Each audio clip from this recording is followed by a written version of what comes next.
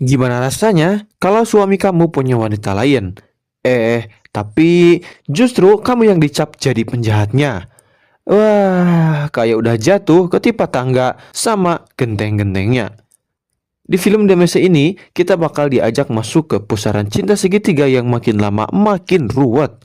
Penuh kebohongan, pengkhianatan, dan ya sedikit sentuhan maut. Ceritanya nggak cuma soal selingkuhan-selingkuhan ala FTV, tapi udah naik level ke obsesi dan pembalasan dendam.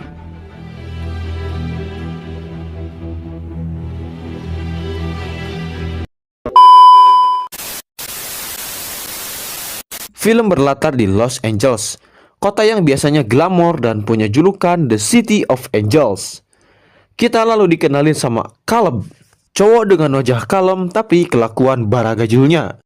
Gimana enggak, baru saja mulai, dia lagi bertani dan memupuk ladang dengan pacarnya bernama Fabiona, cewek stylish, modis, cetar membahana yang ternyata selingkuhannya. Fabiona ngotot minta hubungan mereka disahkan. Caleb janji akan segera meninggalkan istrinya, Celine. Tapi begitu pulang, Caleb anteng-anteng saja sama istrinya, yaitu Celine, tak sesuai ucapannya pada Fabiona. How was your flight? It was good. A little turbulent. Sementara itu, Fabiona cerita ke temannya, Miguel. Katanya dia cinta banget sama Caleb. Meski tahu Caleb udah nikah, dia yakin hubungan mereka lebih dari sekedar TTM. Tapi Miguel ngingetin, jangan jadi korban janji manis buaya. Tetap aja, Fabiona yakin Caleb bakal tepati janji. Di sisi lain, Caleb curhat ke sahabatnya, Alan. Katanya dia sayang dua-duanya Celine dan Fabiona. Alan sampai geleng-geleng kelapa. Bro, lo bukan nasi padang gak bisa dua lauk. Masalah mulai muncul saat mereka semua makan malam bareng. Tiba-tiba Fabiona datang dan parahnya dia pakai gaun yang sama kayak Celine. Dan itu dibeliin Caleb dua-duanya. Celine langsung cemburu. Fabiona juga marah karena ngerasa disamakan. Dia nyaris buka rahasia hubungan mereka di tempat umum. Tapi Caleb pintar merayu seperti biasa dan berhasil menenangkan Fabiona. Keesokan harinya, Caleb nyamperin Fabiona ke rumahnya dan janji dalam 2 bulan akan tinggalkan Celine. Fabiona luluh, bahagia banget hingga akhirnya prosesi ajul gedang kembali terjadi di siang bolong. No, I hate that stuff. Baby, please. I'm gonna kick your ass.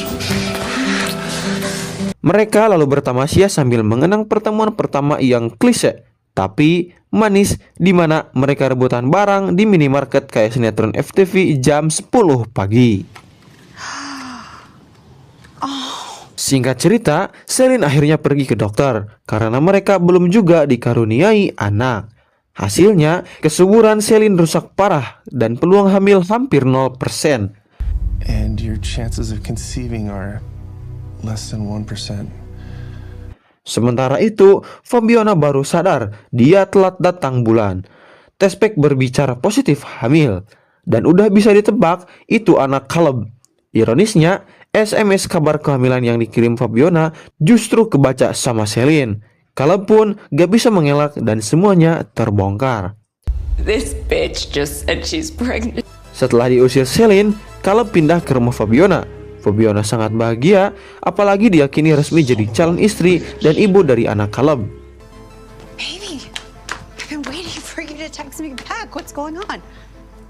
Tapi Celine gak tinggal diam. Sisi psikopatnya mulai menggeliat. Dia mulai mengintai, stalking kehidupan mereka, dan bahkan menyamar waktu belanja perlengkapan bayi. Waduh, sakit hati level dewa. Beberapa waktu kemudian, pesta baby shower Caleb dan Fabiona berlangsung. Di mana di sana keadaan yang harusnya happy-happy malah berubah total jadi kesedihan dikarenakan gedung acara mereka terbakar misterius. Tanpa mereka ketahui, nyatanya itu adalah ulah dari Celine yang udah kepalang sakit hati melihat kebersamaan Caleb dan Fabiona. Semenjak itu, Fabiona mulai merasa agak nyaman. Celine makin sering meneror dan Caleb makin geram. Tapi tanpa bukti, mereka gak bisa lapor polisi. Puncaknya, Celine menyewa Dr. Smith, seorang dokter yang korup, buat menyuntikkan sesuatu ke tubuh Fabiona yang tujuannya agar Fabiona meninggal secara perlahan. Dan benar saja, tak lama setelah melahirkan Brody, Fabiona dinyatakan meninggal karena serangan jantung yang padahal sebelumnya sehat-sehat saja. Mengetahui hal itu, Caleb hancur tanpa pernah tahu jika semua itu ialah rencana dari Celine. Beberapa waktu setelahnya, Celine mulai mendekati Caleb lagi, menawarkan diri jadi pengasuh Brody. Caleb yang kesepian pelan-pelan luluh. Mereka kembali dekat, tapi ternyata Celine punya rencana besar. Dia ingin ambil alih hidup Fabiona. Caleb sempat ngira Celine udah berubah, tapi diam-diam Celine buang semua kenangan tentang Fabiona dan berusaha jadi ibu palsu untuk Brody. Lalu muncullah sosok yang bebenguknya sangat mirip dengan Fabiola dan ternyata merupakan adik kembar identik Fabiona yang lama tinggal di Paris. Adapun tujuannya datang ke sana tak lain untuk mencari tahu informasi mengenai kematian kakaknya. Nyatanya, kehadiran Fabiona bikin Celine ketakutan. Soalnya, wajah Fabiola persis kayak Fabiona dan Celine gak bisa bedain. Bayangin, lo udah ngabisin seseorang, ada kembarannya nongol tiba-tiba. Di sisi lain, Caleb makin curiga dengan kebakaran dan kematian Fabiona. Apalagi polisi menemukan bahwa kebakaran dulu bukan karena korsleting, tapi dibakar oleh seseorang. Tak lama kemudian, Caleb tahu Dr. Smith kini buron karena kasus pembunuhan. Seketika dia berhipotesa dan mengingat jika dulu Celine pernah ngobrol bareng dokter tersebut di pesta.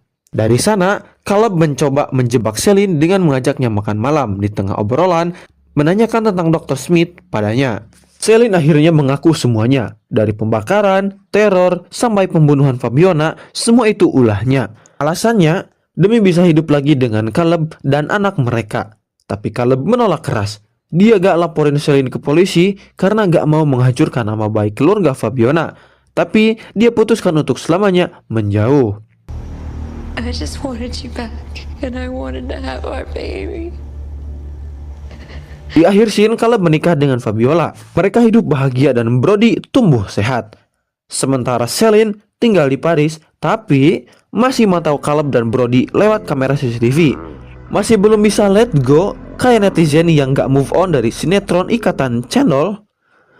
Sedikit hikmah dari film ini, janganlah terlalu terobsesi dengan apapun termasuk cinta, karena bak penyakit tetelo pada ayam yang sedikit demi sedikit menggerogoti kehidupan. Oke, itulah dia alur cerita film Demise tahun 2024. Semoga kalian semua terhibur. Terima kasih bagi Sobat Dickson yang masih stay sampai akhir. Sampai ketemu di alur cerita film selanjutnya. Bang Dickson beserta seluruh pamit.